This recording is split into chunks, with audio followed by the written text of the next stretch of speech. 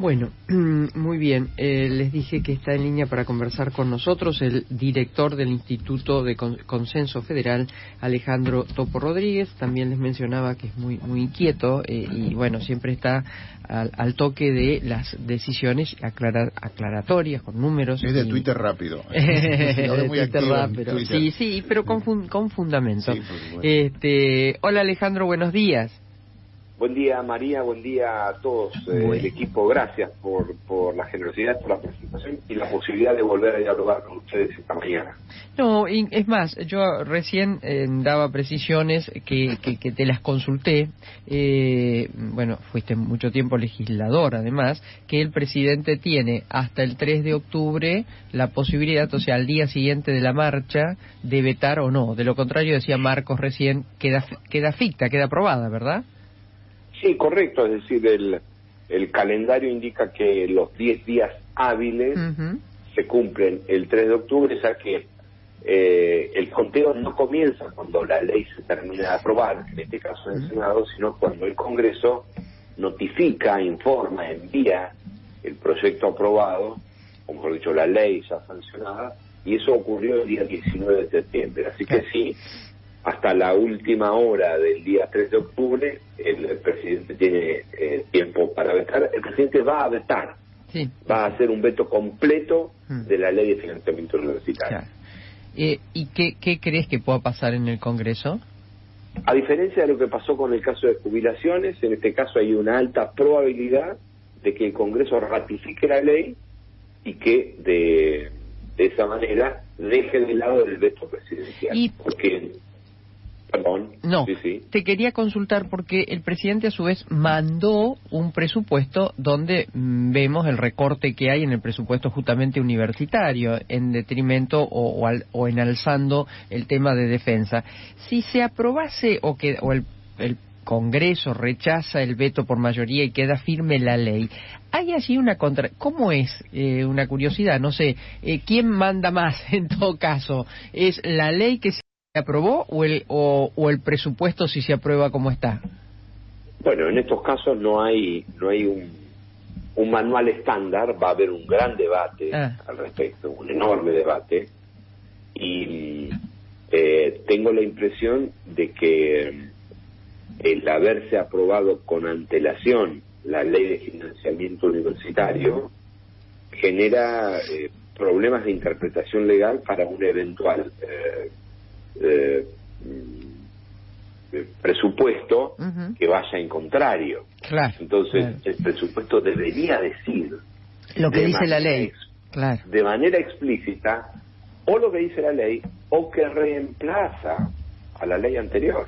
Claro. Entonces va a haber una gran discusión en el Congreso con esto, y es difícil que el Ejecutivo logre imponer un ajuste presupuestario al presupuesto de la universidad si efectivamente queda firme la ley de financiamiento universitario. Hay que tener en cuenta que al día de hoy, o en todo caso al 31 de agosto de este año, entre enero y el último día de agosto, la ejecución presupuestaria de las transferencias a universidades nacionales cayó el 30,1%. Esto significa que empeoró, no que mejoró, desde las ya históricas movilizaciones del mes de abril, del 23 de abril, porque en mayo la merma era de 25,5% menos de transferencia a universidades. Ahora ya estamos en 30,1% menos. Decididamente el gobierno ha tomado al presupuesto universitario como otra de las tantas variables de ajuste de su modelo económico. Sí, que determina un trabajo que también ustedes hicieron. No quiero demorarme en esto porque te he llamado para otra cosa, pero sí me gustaría una reflexión, porque ustedes también desde el instituto han analizado la tragedia de la pobreza y la tragedia de, como hablábamos antes con Marcos acá, de cuántos trabajadores, entre ellos los locutores, los de la universidad, los de, bueno, UOCRA, de tantas actividades que están, bueno, ni hablar de los jubilados, ¿no?, que están por abajo de la línea de pobreza. Sí, bueno, efectivamente, por eso llama la atención que el gobierno, en el gobierno se sorprendan con estos números, o que algunos sectores se sorprendan, porque desde hace muchos meses, hasta hace 2 días o un día que conocimos los datos, tuvimos muchos predictores de que esto iba a suceder. Es decir, más allá de nuestra experiencia vital, de ver cualitativamente qué es lo que está pasando a nuestro alrededor, hay datos de la estadística pública o de los registros privados que tienen fundamento que venían anticipando que esto iba a pasar, desde la destrucción de inversiones. En la Argentina se destruyó el 21,7% de la formación de capital bruto fijo, es decir, las inversiones que están, aumentó el desempleo, pero además en el mes de enero... Perdón, Alejandro, una precisión. ¿Sí? ¿Esto 21,7% de destrucción de las inversiones significa que se fueron, como parece ser que va a pasar con Mercedes-Benz y tantas otras? ¿Eso es? Bien, la formación bruta de capital fijo mide la desinversión en materia de capital permanente o la inversión. Y por lo tanto, tiene un stock de inversión al inicio del año y lo va midiendo mensualmente. Ese stock de inversión fija en la Argentina cayó 12,6 y 9,1 en el primer y segundo trimestre de este año. Es decir, que acumuló un 21,7. ¿Qué significa eso? Fábricas que cerraron, capitales externos que también estaban produciendo en la Argentina que se fueron, no alcanzan a compensarse con eventuales nuevas inversiones. Entonces, en términos netos, estamos en condiciones de afirmar técnicamente que el modelo de Milei toma como consigna combatir el capital. Combatiendo al capital. Milei está combatiendo al capital. Claro, qué paradoja, ¿no? Bueno, pero lo último respecto de todo, en todo caso, no quiero quitarles tiempo, pero nosotros supimos ya antes de mediados de año que un informe de UNICEF alertaba acerca de que había caído, estaba cayendo en la Argentina el consumo de alimento en niños y adolescentes. Sí. Y que los niños y adolescentes, niñas y adolescentes, estaban consumiendo 76% menos de carne, 58% menos de frutas y verduras y 57% menos de consumo de productos lácteos. Esto es un predictor de lo que está pasando. En ese caso eran 10 millones de niños y adolescentes. Por eso a mí no solo me llama la atención, sino que digo respetuosamente me indigna cuando algunos consultores financieros del sector agropecuario hacen propaganda en la Argentina de que ha habido una evolución cultural en el patrón de consumo y la gente consume menos carne porque decide consumir otras cosas más sanas. Si realmente estuviésemos en una situación de normalidad económica, eso puede ser, pero en realidad en la Argentina se está comiendo menos carne. Entre paréntesis, la Bolsa de Rosario indica en un informe del mes de julio que es el menor consumo de carne de los últimos 100 años. Se está consumiendo menos carne, no porque se está sustituyendo por otro tipo de alimentos, sino porque se come menos. Hay menos alimentación. Mira, Alejandro, por supuesto que por vicio profesional uno vive mirando, ¿no? Observando. Así como hace unos años atrás uno veía en las calles personas con mucha obesidad, empieza a haber el fenómeno contrario. ¿Por qué en ese momento personas con obesidad? Porque por los hidratos de carbono, o sea, no alcanzaba el bolsillo, porque esto no es nuevo, pero bueno, entonces se comía hidratos de carbono. Lo que uno ve ahora es lo que uno llama la piel y los huesos. Mucha gente que se viene subsumiendo y están en situación obviamente de calle. Eso es porque no hay nada, no hay ni siquiera el hidrato de carbono. Claro. Alejandro, gracias, ¿no?, por todos estos datos tan interesantes. No, por favor. Que van todos hacia lo mismo. Yo el otro día quiero confesar que lo consulté por un tema que me pareció muy interesante cuando el presidente Milei estaba por hablar a Naciones Unidas y el run era que iba a bueno, a pelearse y llevarnos a ese lugar con China.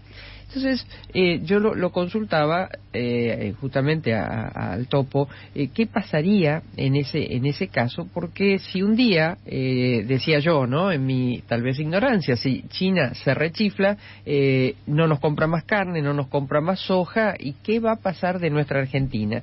Y vos me dijiste, es muy interesante ese tema, porque hay algunos datos que todavía no están dando vuelta sobre específicamente la soja.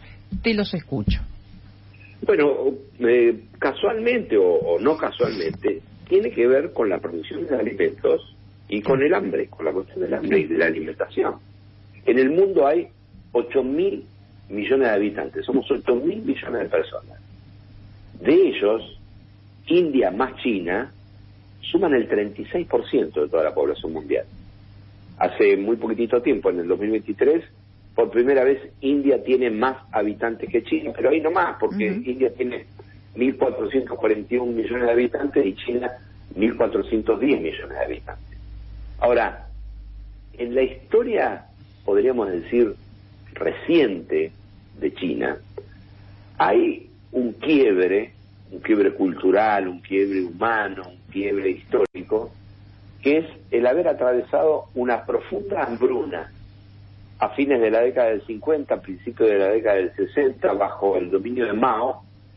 China, por distintas razones que por ahí no vienen en este caso desarrollar en detalle, sufrió una hambruna de varios años, lo que llevó directamente a la muerte de millones de personas. Algunos, los más moderados, plantean que fueron entre 15 y 20 millones de personas, y otros plantean que fueron entre 75 y 77 millones de personas que murieron por el hambre, básicamente porque se alteró la producción, se disminuyó, se contrajo muy brutalmente la producción de granos a raíz de decisiones de política económica, es decir, de unos cambios en la organización de la producción, básicamente porque millones de chinos pasaban del campo a intentar un desarrollo más industrial, y porque se tomaron algunas decisiones que impactaron en el ambiente, en la ecología. La famosa matanza de gorriones, dice que mataron como 600 millones de gorriones, y eso que tenía como objetivo evitar que los gorriones comieran los granos, terminó al revés, generando un efecto, una externalidad negativa, ya que los gorriones también se comían los insectos, las plagas, por lo tanto se malogró la producción de granos en China. Ese quiebre hace que lo que históricamente había sido importante para China, que era la alimentación, desde entonces es una política férrea de Estado que se define como seguridad alimentaria. Y desde ese punto de vista, China no interpreta al mundo en materia alimentaria como una oportunidad de comercio, sino como una oportunidad de poder proveer lo mínimo indispensable para garantizar la seguridad alimentaria. No es que China no busque precio, el punto es que el precio no es tan importante como la disponibilidad, si es que eventualmente hubiese necesidad de, aún en la adversidad del mercado, tener que invertir más. Y hoy China se abastece de Estados Unidos, de Brasil y de la Argentina para básicamente alimentar a los cerdos. La mitad de la producción de cerdos del mundo está en China. La mitad de la producción de cerdos del mundo está en China, y eso significa alimentar a su población con proteínas. Por lo tanto, como el componente central de la alimentación de los cerdos es la harina de soja, China compra el 61% de la producción de soja de todo el mundo, concentrado hoy en Estados Unidos, Brasil y Argentina.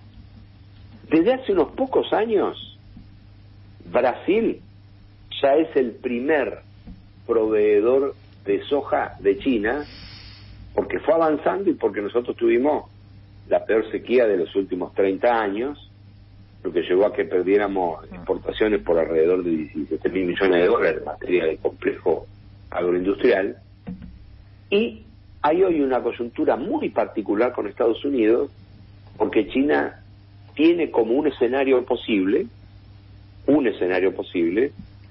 que el presidente de Estados Unidos sea Donald Trump.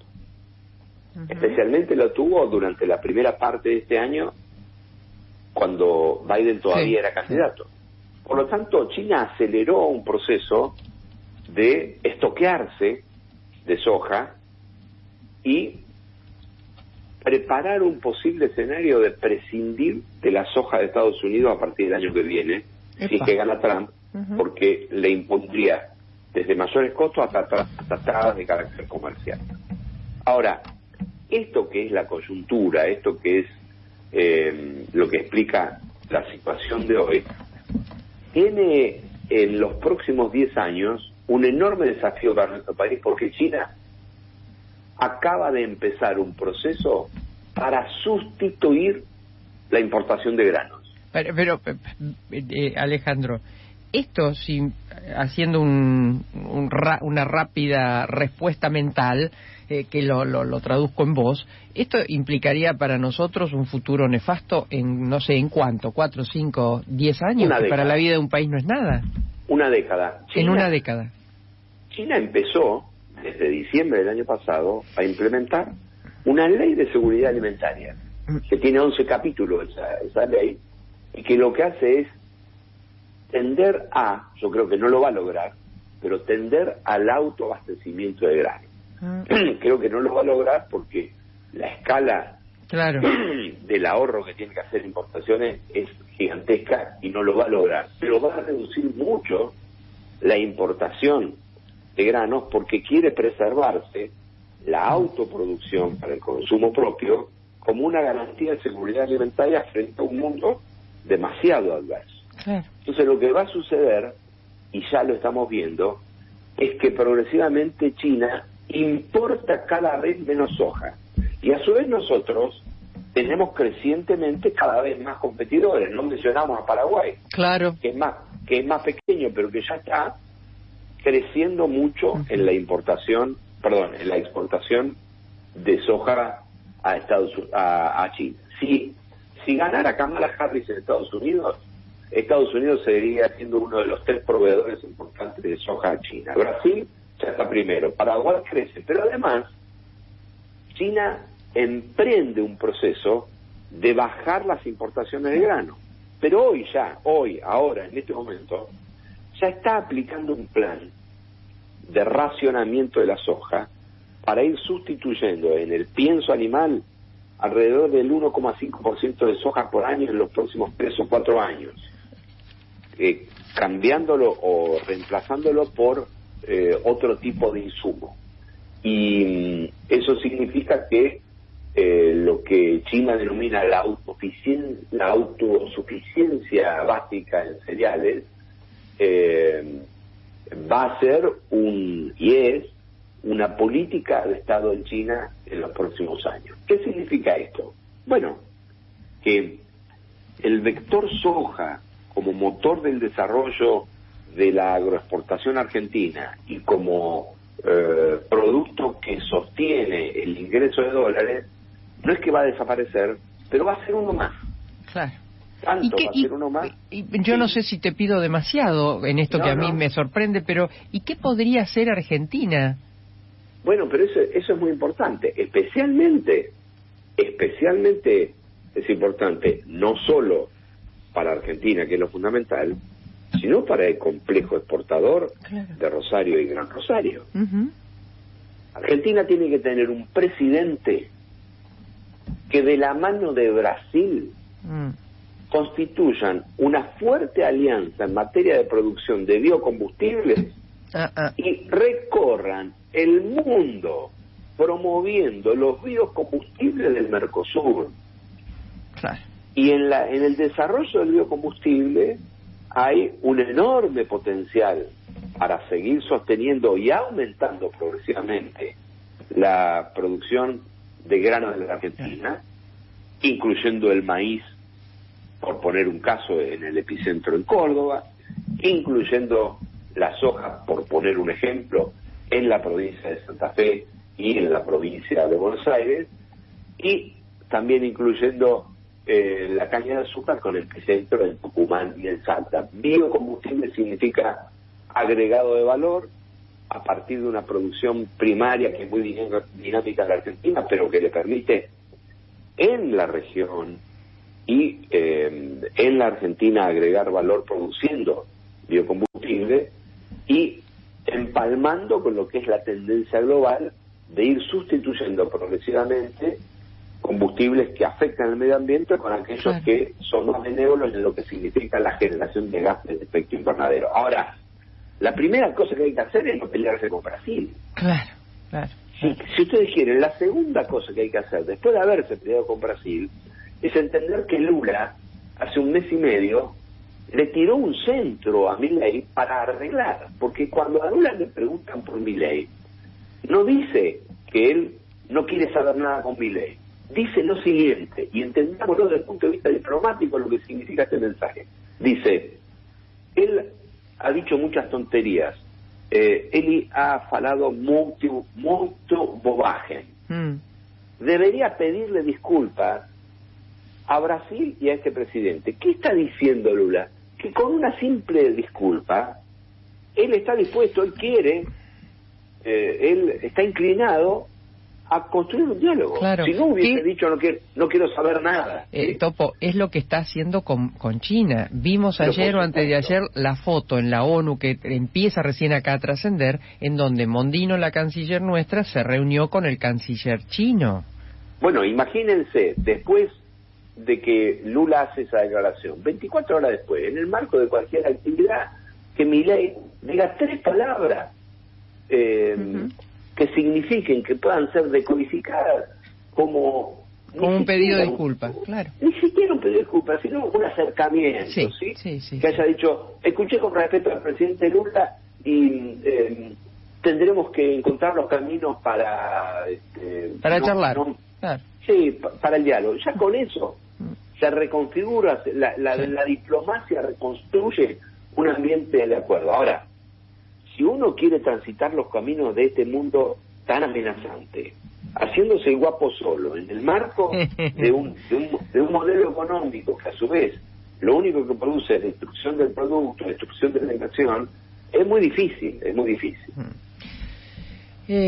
La verdad que nos dejás pensando, ¿no? Que de eso se trata y que por supuesto que ante cada adversidad hay situaciones, porque pensar en el biocombustible es pensar en valor agregado, es pensar en más trabajo, es pensar en más divisas, es decir, es ir enfrentando... Es más cuidado del ambiente. Es más cuidado del ambiente, incluso ir enfrentando esta tragedia de conocida el jueves a la tarde, ¿no? Por supuesto. Querido Alejandro, muchas gracias, muchas gracias por compartir con nosotros esto, que realmente son las cosas que Argentina debiese discutir. Gracias a ustedes, muy buenos días. Igualmente. Alejandro Topo Rodríguez fue diputado hasta el año pasado y ahora ya, creo que desde el mismo diciembre del año pasado, es director del Instituto Consenso Federal y se ocupa de cosas como esta. Claro, se suma también otro tema que es la Unión Europea, que está exigiendo o comienza a exigir, no sé los plazos, nos falta mucho, por ejemplo, que la soja que llegue a Europa sea libre de deforestación, o sea, es todo un tema. Sí. Bueno, lo que pasa es que, muy complicado, pero ¿no? además, Marco, que algunos lo ven como una oportunidad, porque Argentina no tiene una deforestación como si la tiene Brasil. Claro. O sea, obviamente que acá se deforesta, no hay duda. Sí. Pero dice, no esa magnitud. Se está, dice, queremos que por allí cambien alguna palabrita, dice, porque una cosa son la deforestación ilegal y otra es la legal. Entonces, pero se ve tal vez como una oportunidad para Argentina. Claro. Pero son requisitos que comienzan, son las barreras para arancelarias. Bueno, a eso iba, que cada país o cada bloque se cuida. Cuida su cola. Exactamente. Sí. Ahora, este dato, y ya voy a ustedes, no sé si si quieren, Esteban, no sé cómo venimos, si quieren un temita musical y después vamos a una tanda. Bueno, pero cierro con esto, Marcos. Las adversidades del mundo son muy grandes, cada vez son más grandes. Entonces, esto de que lo dice Topo Rodríguez, lo dice Guelar, que está más cerca del gobierno, digo, esto de que no te podés vivir peleando con todo el mundo, si no sos nadie. Es decir, lo digo con todo mi amor y respeto a mi país al que amo, pero solitos no podemos. Y además, si tenemos un presidente que lo hayas votado o no, es el que representa a nuestro país y se pelea con todo el mundo y además toma partida en las guerras y qué sé yo cuánto, bueno, estamos muy complicados.